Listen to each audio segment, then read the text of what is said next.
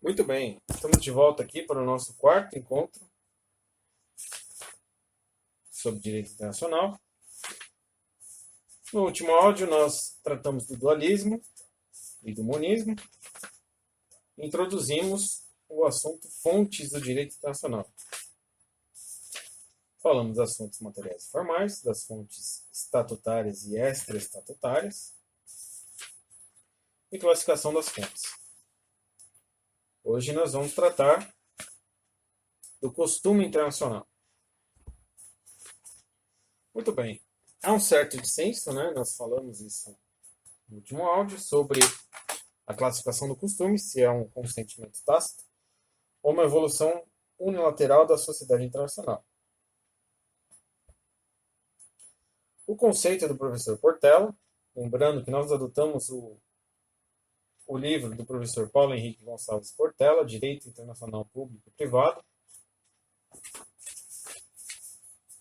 nona edição, 2017, editora Juspodium.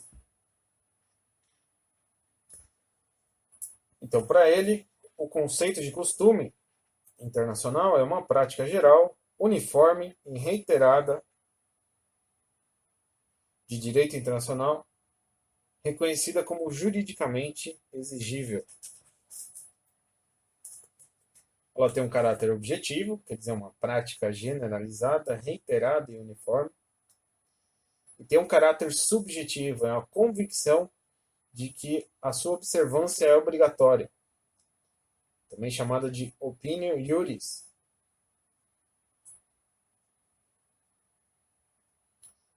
Algumas observações aqui. A generalização não significa unanimidade. E a generalização também não significa que o costume deve ser global. Pode ser um costume meramente regional.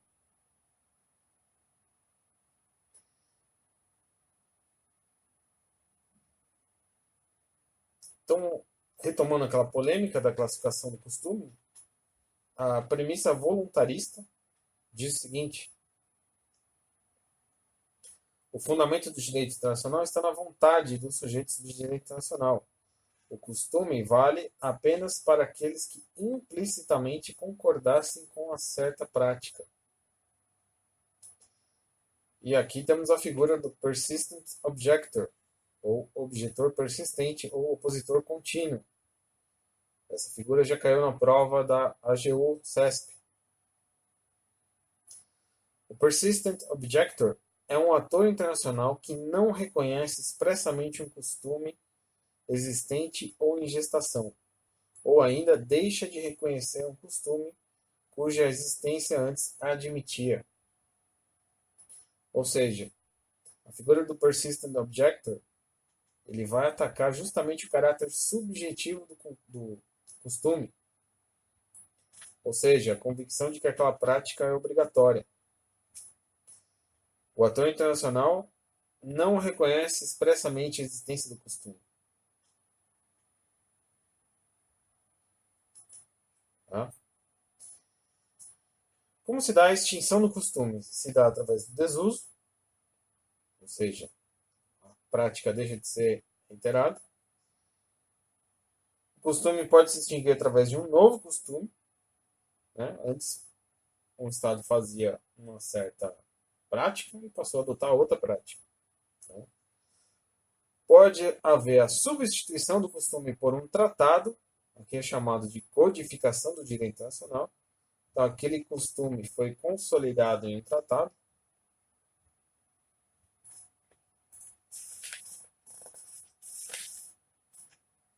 De modo que aquele costume, aquela prática que era não escrita, passa a ser escrita. Certo?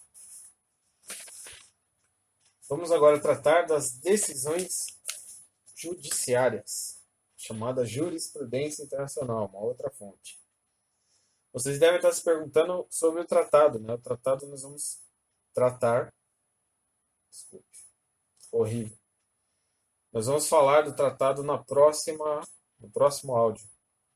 Vai ser um áudio só para ele. Bom, decisões judiciárias. jurisprudência internacional. É o conjunto de decisões judiciais reiteradas no mesmo sentido em questões semelhantes, proferidas por órgãos internacionais jurisdicionais de solução de controvérsias.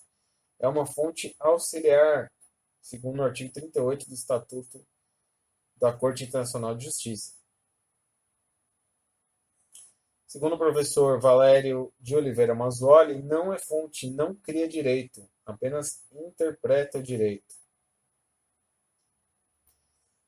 Segundo o artigo 59 do Estatuto da CIJ, as decisões da Corte só são obrigatórias para as partes litigantes a respeito do caso em questão. Tá? Próxima fonte, doutrina. É um conjunto de estudos, teses, pareceres dos estudiosos do direito nacional que vão esmiuçar a matéria a fim de delinear conceitos. Tá? Doutrina tranquila, estudo dos doutos.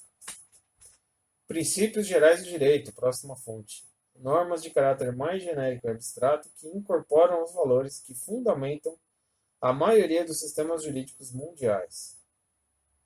Por exemplo, dignidade da pessoa humana, pacta sunt servanda, devido processo legal. Próxima fonte, princípios gerais do direito internacional público. São normas de caráter mais genérico e abstrato que alicerçam e conferem coerência ao ordenamento jurídico internacional, orientando a elaboração e aplicação de normas internacionais. Por exemplo, soberania nacional, não intervenção, autodeterminação, cooperação internacional. Próxima fonte, analogia. Segundo o professor Valério de Oliveira Mazzuoli, a analogia é a aplicação a determinada situação de fato de uma norma jurídica feita para ser aplicada a um caso parecido ou semelhante. Existe uma divergência se a analogia é fonte ou se é apenas meio de integração. Tá? Analogia é a aplicação de uma norma que não foi feita para aquele caso, mas foi feita para um caso parecido.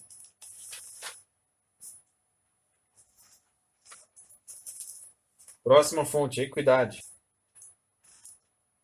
Segundo o professor Mazzuoli, equidade é a aplicação dos princípios de justiça a um caso concreto sub judice. E segundo o professor Portela, equidade é a aplicação de consideração de justiça a uma relação jurídica, quando não exista a norma que regule ou quando o preceito cabível não é eficaz para solucionar coerentemente, de maneira equânime, um conflito. A equidade somente pode ser empregada se houver anuência expressa das partes envolvidas em um litígio. Artigo 38, parágrafo 2º do Estatuto do CIJ. O rol de fontes não prejudicará a faculdade da Corte de decidir uma questão ex aequo et bono se as partes com isso concordarem. A doutrina diverge, né? Se é fonte formal ou se é elemento de integração. Vamos ver agora os atos unilaterais dos Estados. Partindo da premissa voluntarista, que as normas de direito internacional se fundam no consenso, os atos unilaterais não são fontes do direito internacional, porque são unilaterais, né? Justamente se o direito internacional depende do consenso, se você adota a premissa voluntarista, ela não seria uma fonte, né? O ato unilateral não seria uma fonte. Mas os atos unilaterais classificam-se em expressos, declarados, né? E tácitos. Implicitamente aceitam tal situação. Por exemplo, um determinado Estado não reconhece um governo, mas dialoga com o seu emissário, aceita abrir uma embaixada, né? Ou seja, tacitamente reconheceu o governo, né? Está dialogando com esse governo. Outros exemplos. Protesto é uma manifestação expressa de discordância. Notificação leva oficialmente ao conhecimento de outro Estado. Renúncia, desistência de um direito que é extinto. Denúncia, ato pelo qual se desvincula de um tratado. Reconhecimento, que pode ser expresso e tácito, como já falamos. A contratação, ou melhor, constatação e admissão de certa situação. Outro ato, promessa, um compromisso jurídico de adoção de certa conduta.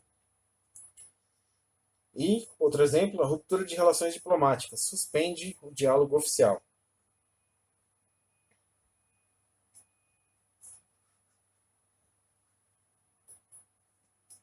Decisões de organizações internacionais.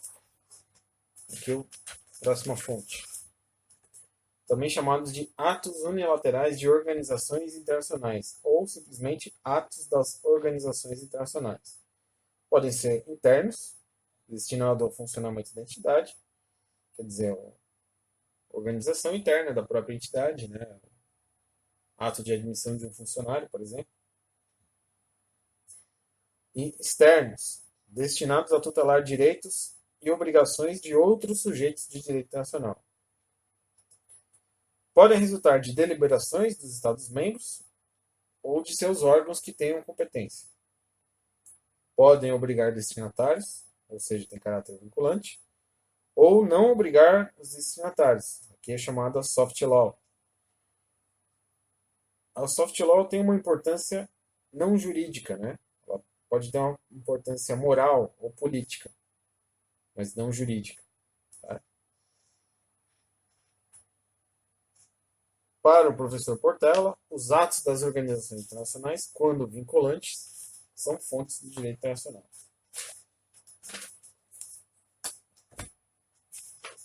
Próxima fonte, normas imperativas, chamado jus cogens. Artigo 53 da Convenção de Viena sobre Tratados. É nulo um tratado que, no momento de sua conclusão, conflite com a norma imperativa de direito internacional geral. Para fins da presente Convenção, uma norma imperativa de direito internacional geral é uma norma aceita e reconhecida pela comunidade internacional dos Estados como um todo, como norma da qual nenhuma derrogação é permitida e que só pode ser modificada por norma ulterior de direito internacional geral da mesma natureza. Ou seja, é uma norma que a sociedade internacional atribui uma importância maior e por isso adquire uma primazia dentro da ordem jurídica internacional. Ela não pode simplesmente ser derrogada. São também chamadas de normas imperativas do direito internacional, normas peremptórias do direito internacional ou obrigações erga omnes. É uma restrição direta da soberania em nome da defesa de certos valores vitais. É inderrogável, é aplicável a todos os estados, mesmo que não tenham expressamente anuído. Para o professor Portela, é exagerado que o tratado todo seja nulo, e não só aquela cláusula violadora do jus cogens. Mas esse entendimento não encontra respaldo na jurisprudência dos tribunais internacionais. Então, se o tratado violar o jus cogens, para o professor Portela, somente aquela cláusula é nula e não o tratado todo. É um entendimento minoritário. Não existe um rol do que é a jus cogens, são normas que estão espalhadas. A definição do conteúdo do jus cogens é fruto de um processo histórico, político e social, dentro do qual a sociedade internacional reconhece, em certos valores, a importância para a coexistência entre seus membros. O jus cogens tem inspiração justnaturalista, mas não se confunde com o direito natural. São preceitos que podem mudar no tempo e no espaço de acordo com as transformações políticas e sociais. Ou seja, o jus cogens pode ser alterado por outros jus cogens. Se houver um conflito entre um tratado e um jus cogens superveniente, o tratado é nulo ex nunc. Né? Por exemplo, o tratado que permitia o comércio de escravos. Esse tratado, até então, ele era válido. Daqui em diante, ex nunc, ele deixa de ser válido.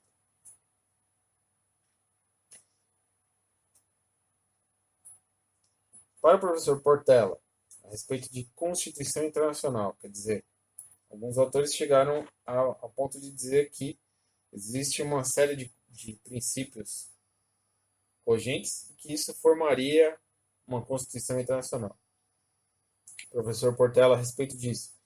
Apesar do ius cogens não depender do consentimento dos Estados, ainda não se pode falar em uma ordem constitucional internacional, porque não existe um Estado mundial.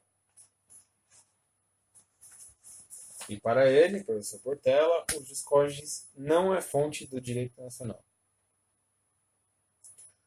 O próximo item que nós vamos ver agora é o soft law, modalidade normativa de caráter normativo. Para o professor Salem Nasser, é um conjunto de regras cujo valor normativo seria limitado, seja porque os instrumentos que as contêm não seriam juridicamente obrigatórios, seja porque as disposições em causa, ainda que figurando em um instrumento constringente, não criaram obrigações de direito positivo, ou não criaram senão obrigações pouco constringentes. Modalidades de soft law são normas jurídicas ou não, de linguagem vaga ou conteúdo variável ou aberto. São normas que prevêem mecanismos de solução de controvérsias. São os atos das organizações internacionais que não sejam obrigatórios. E são os instrumentos produzidos por entes não estatais. É comum que tenham caráter de mera recomendação. Normalmente são vinculados em acordos de cavalheiro, chamados de Gentleman's Agreements, em acordos não vinculantes, Non-Binding Agreements, em comunicados e declarações conjuntas, e em atas de reuniões internacionais. Há autores que inserem a Declaração Universal dos Direitos Humanos aqui, mas o professor Portela insiste que existem outros que classificam como jus cogens. Outro exemplo que nós podemos dar de soft law é a Declaração de Alma-Ata, de 78, os cuidados de saúde primários, as recomendações da OIT e a Declaração Sociolaboral do Mercosul. Com isso, nós encerramos aqui a primeira parte das fontes em espécie. No próximo áudio, nós vamos falar sobre os tratados. Então, até lá.